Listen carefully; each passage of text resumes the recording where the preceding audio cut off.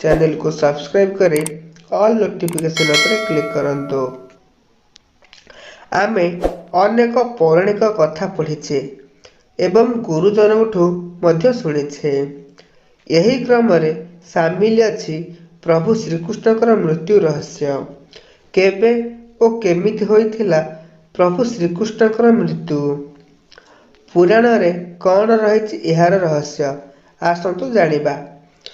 मानव जाति एवं मानवता को नष्ट करिथिबा कुरुक्षेत्रर महाभारतर युद्ध शेष होइथाए। महायुद्ध रे विजय लाभ करिया परे मध्य पांडव मानक शिविर रे विजयर खुशी देखा जाय नथिला।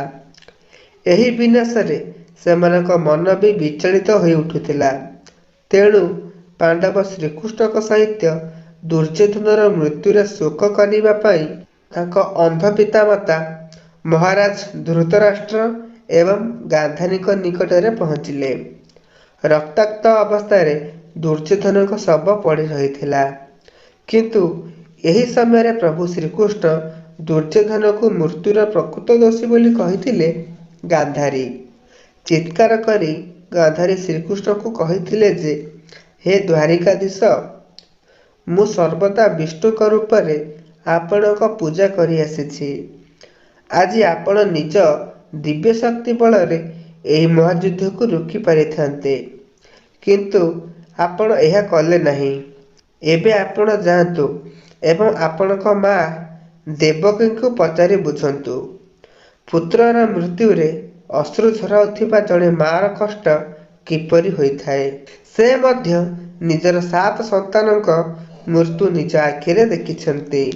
यही क्रोध रे गांधारी श्रीकृष्ण को अभिशाप देइथिले, जदि भगवान विष्णुक प्रति मोर श्रद्धा एवं भक्ति सत्य होइथिबो तेबे आजिठू ठीक 36 वर्ष पर यही पृथ्वी रे ही आपणकर मृत्यु हेबो।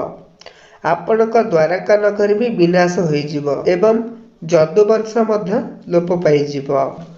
यही कूलर लोक माने प्रिय परिजन एवं निज लोकंक पई मृत्युर कारण पालटि जिबे। तेबे गांधारीकर एही अभिशाप श्रीकृष्ण एवं जदुवंश पई विनाश कारण पालटि जाइतिला। गांधारीक एही अभिशापर किछि वर्ष पर द्वारका पाप नगरी रे परिवर्तन होइगला एवं निज निज मध्य युद्ध करी विनाश होइगला जदुवंश। या पर श्रीकृष्ण द्वारका छाड़ी एक गछ तले जोग समाधि नेउथिले। यही समय जरा नामक जड़े शिकारी हरिण शिकार करिया पई आसीथिले किंतु बुदा भितर श्रीकृष्ण पाद को हरिण भावी तीर चलाई देइथिले जरासमर। यही घटना पई जरा अनुताप मध्य करथिले एवं श्रीकृष्ण को क्षमा प्रार्थना करथिले किंतु तांको मृत्यु सुनिश्चित थिला बोली कहिथिले प्रभु श्रीकृष्ण। जदि ए भिडियोटी आपण मानको भल लागि थाए भिडियोटी को लाइक शेयर कमेंट करंतु।